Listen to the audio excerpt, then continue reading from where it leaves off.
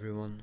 In the previous video, I have mentioned that metaphysics is the study of the true nature and structure of reality. Today, I will be giving a more elaborative view of the subject, by no means exhaustive. So, what are the origins of the term metaphysics? It is derived from one of Aristotle's book titles, originally called First Philosophy or First Theology. Later thinkers then codified the name metaphysics. So one would assume that by reading the metaphysics, one gets to know what metaphysics is all about. Unfortunately, things aren't very clear cut here. So Aristotle and the medievals who followed his lead gave us a dual conception of the subject. First, they tell us that it is a departmental discipline concerned with first causes. God, or the unmoved mover as Aristotle calls him. This is a central God is very central here, and the aim of this subject is wisdom, truth for its own sake and not for practical purposes necessarily. So we have here at hand a very specialized subject. Also, this specialized subject happens to be paradoxically universal. So it is a universal science. It is the study of being qua being. Now, what does it mean for us to study something, being qua being?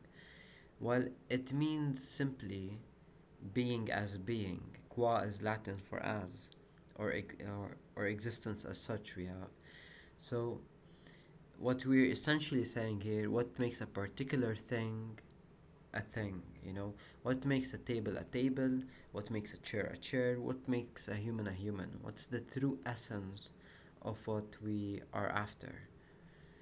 Now, there are lots of ways we could answer this question. Scientifically, for example, we could describe the table from the point of view that it is made out of wood, but that hardly tells us anything about the true essence of a table, of tableness. It simply tells us that the table is made out of wood. And that would be studying the table from the perspective of it being table qua wood and not table as table. Metaphysics takes the same objects that natural science and physical sciences study, but it examines them from a particularly different perspective, from the perspectives of them being, of their beings qua beings. And once we do that, once we sort of answer the question, what makes a table, we get to categorize it, and we get to categorize a bunch of stuff. And in doing so, we sort of have a giant list of categories. And this giant list of categories aims to be very general, and after doing so, we get to examine the relationship between one particular category and the other. In doing so, the metaphysician provides a general structure of reality. We have a map, an entire map of the structure and nature of reality. Now, here we ask the question, how can metaphysics be both departmental and universal? How can it be both universal and specialized? Well, Aristotle and later thinkers seem to think that the science of first causes necessarily meddles with the study of being qua being. If you're talking about first causes, if you're talking about God, you will inevitably try to draw an entire map of reality as a whole, and so on and so forth. Uh, it also goes the other way around. If you study this being qua beings and you try to draw an entire map of reality, you cannot do that without God. So, God and the unseen world, the being qua being aspect of existence, are things that we don't see. So Aristotle and people following his lead have they must prove to us that there is something that it is quite peculiar in the sense that you have to prove the subject you're engaging in with. So, in defining metaphysics, you actually have to prove that metaphysics is a legitimate practice. Because if, let's say, the unmoved mover is out of the picture and the perspective of study of things from this point of view of them being qua being, then if these are illegitimate practices, then there's nothing to study. Then metaphysics doesn't exist really. So you have to prove and demonstrate that the project is valid, and that's what you're after. Now, this assumes that you can provide a true map of the nature and structure of reality. And this is why this particular view, the Aristotelian or the traditional view of metaphysics, is called an a realist view, because you believe in man and you believe in the world and you believe that man explains the world as it is. This is metaphysical realism. Now, fast forward into the 17th and 18th century, we have rationalist philosophers. Now, the rationalists, they are very progressive. They their activity results in a great expansion of the subject. But let's contextualize what paved the way for that expansion. So, for Aristotle, what is unique to human beings and the demarcation, the line between the living and the non living, and the study of changeable objects were all carried out within the context of physical science. However, Aristotelian physics really failed and it got displaced by a lot of other works of more modern physics. So, the mathematical and experimental trajectory the displaced his physics completely. So these problems were left out because experimental physics or theoretical physics didn't really care about the demarcation between the living and the non-living. And although this might be a big philosophical problem, science really didn't take it up. So it was left for the philosophers. The rationalists then redrew disciplinary boundaries and took the problem of free will and the mind body problem. Is the soul separate from the body? Is the mind separate from the body? Is mind a soul? Is mind the soul? And do we even have free will? So these are problems that are apparently unique to human beings. And the demarcation between the living and the non-living, it is the immortality of the soul, the problem of death, and so on and so forth, the afterlife, and the study of things that are changeable, not like the table. The table is just the table; it's just there. Uh, and these things are objects of metaphysical study now, after this new era of science. So every problem here corresponds to a particular gap that Aristotelian physics seems to have left. Now, this is a very, very complicated and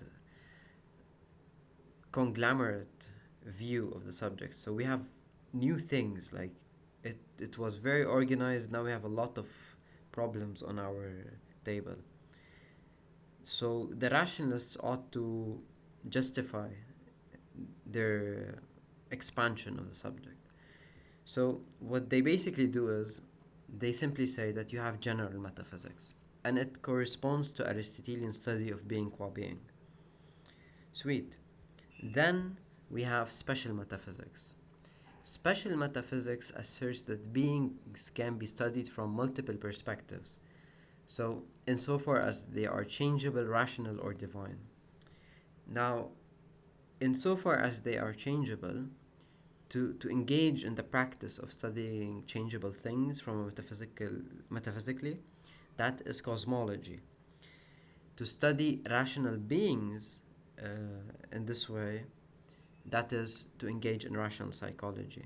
So the problem of free will and the mind-body problem and the immortality of the soul, well, not exactly the immortality of the soul, it sort of falls in between two things, but mainly the free will problem and the mind-body problem fall under rational psychology, changeable things under cosmology, and the theological problems under natural theology, which corresponds to the Aristotelian uh, conception of science of first causes.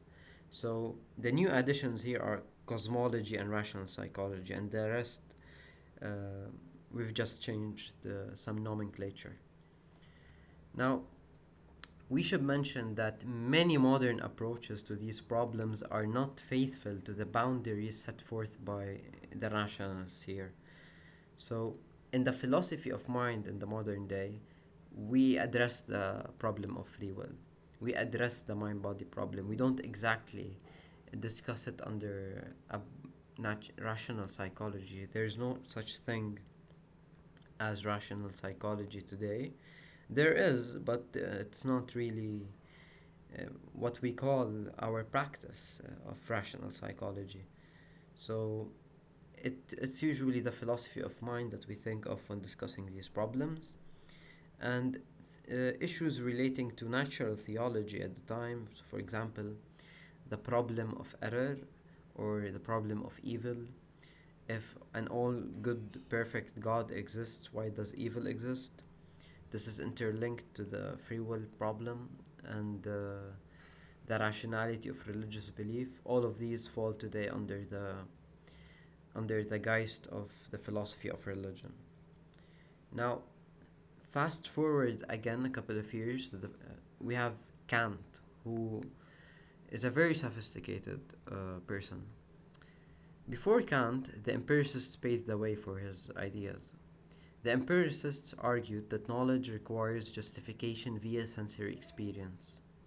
They basically said that whatever theory you have, if it cannot be analyzable, explicable in terms of sensory experience, meaning that it can have its origin and its components in sensation, its building blocks in sensation. If the theory does not, you cannot make that inference, then the theory is mere sounds and noise and without meaning, basically. And the rationalists, obviously, their very speculative and extravagant systems of thought did not meet this condition. And the empiricists simply said, this is nonsense. Now, Kant also asserted that this is nonsense, but Kant's account of knowledge incorporates both rationalist and empiricist understanding of knowledge. So for him, an object of knowledge is yielded only when the raw data of sense experience is applied and organized by innate conceptual structures unique to our cognitive faculties. So think of sense experience as simply the ingredients, and think of our cognitive faculties are as the structures that make sense out of these ingredients. They make a meaningful they simply make a meaningful dish. Okay, so this is very superficially explaining what we have here. Now, the logical consequence of this is to assert that it is incoherent to speak of mind independent knowledge. Now, what do we mean by this? We mean that in the process of organizing sense data, our cognitive faculties, our representational apparatus, is now part of what we call knowledge. So, what is knowledge? It is sense experience plus the organization and the application of our conceptual structures. So, without our conceptual structures, there's nothing to organize anything. I mean, you just have ingredients. There's no dish. There's nothing. So the food won't make itself. You need cognitive structures, and without ingredients, well, doesn't matter if you have cognitive conceptual structures. There's nothing to feed these conceptual structures. There's nothing to cook. So this is a problem here, that you need both, and it works both ways. And when it does work, and when an object of knowledge is really yielded, then both conceptual structures that are unique to our cognitive faculties and sense experience unite together to form an image, to form a representation, an idea in our mind. And this idea is not independent of our of our representational apparatus. So, to speak of mind independent knowledge, it is an incoherent idea, because there's no such thing in this view as mind independent knowledge. The external stimuli and the receptor become one, and that's how you have knowledge. And if the receptor necessarily collides with the external stimuli, then that's hardly independent. So, in asserting this idea, the external world is something inaccessible to us as it is, and thus what Aristotle and the rationalists are doing is misguided. They are seeking to transcend human knowledge through transcendental metaphysics. So he calls their practice transcendental metaphysics because they're going beyond human knowledge. They're speculating a lot without enough sense experience. And why is the external world inaccessible to us? For the same reasons that it is incoherent to speak of a mind independent knowledge. If what we have is an image of the world, then that is formed by our representational apparatus plus sensory experience, then we don't have the world as it is. We only have an image of the world, a representation of the world. This is a very modern thinking. I mean, today we think of a vision as transmuted electrical signals after the reflection of light falls on our retina. So this is very modern thinking, a posthumous perspective by Kant. So this, you can see why the Aristotelian uh, conception of doing metaphysics seems flawed for someone like Kant. Now, he suggests an alternative to this practice, which he deems as illegitimate. It is critical metaphysics, which at its core aims to describe and delineate the general structures of our thoughts about the world.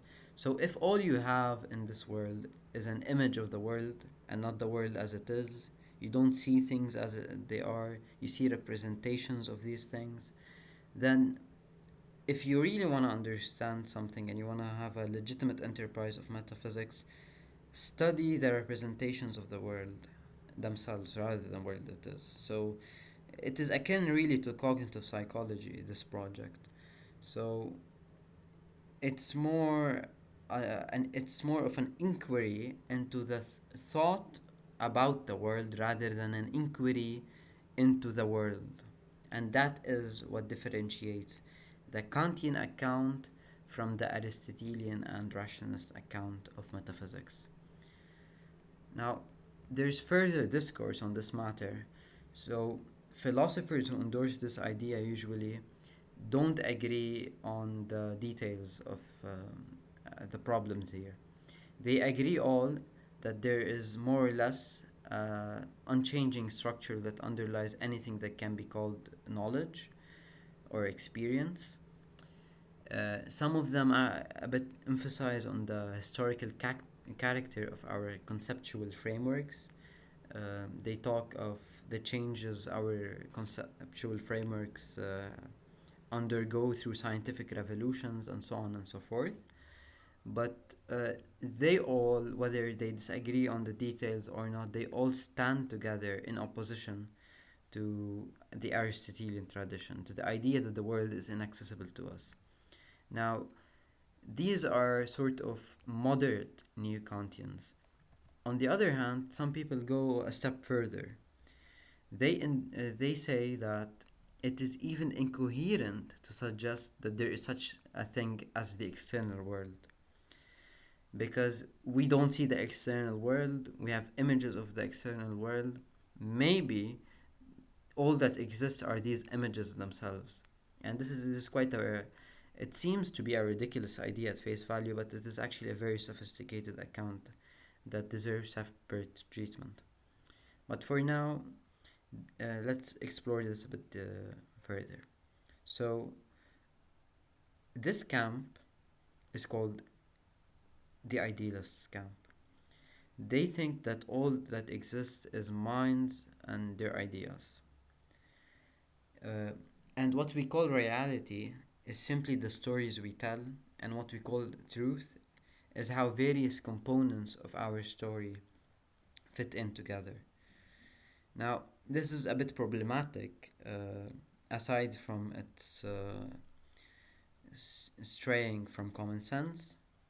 And I have to mention here that, of course, common sense doesn't really indicate truth value, but still,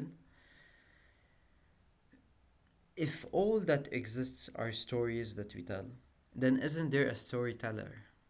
And if there is a storyteller, then doesn't someone outside of the stories that are being told exist? But if the storyteller is also a part of the story that he is telling, then what do you call an inquiry into metaphysics? Isn't that just storytelling about the story? And aren't we then storytelling within the story, and so on and so forth? This is quite an obscure account. Now, this alludes to the realist criticism of the general account of Kantian or critical metaphysics. So remember that we have said that the Kantian critique of Aristotelian metaphysics is that it simply overlooks the fact that the world is inaccessible to us. All we have is an understanding of the world, not the world. And thus, it is coherent to understand our understanding of the world rather than the world itself. Now, in doing so, aren't we engaging in the same problem? Then the realist could fight back and simply say that, listen, you accuse me of inaccessibility, in meddling with things I don't have, in saying that the image that I construct uh, is different from what I ought to be what I think I'm talking about. Well, your practice falls into the same mistake, because simply, aren't you having an understanding of an understanding then, and you fall in the same problem? You have now an image of an image again, so and so on and so forth. So this is to say that it is not so simple, really. We are met with two major metaphysical paradigms: the traditional view, the Aristotelian view, and this view is usually associated with people who call themselves realists, metaphysical realists. And on the other hand, we have the conceptual free schemers, the idealists, and the anti-realists. Now, I'm going to leave you off with this question: who do you think, as far as your assessment goes, provides a better explanation of reality? Uh, Realists or anti-realists?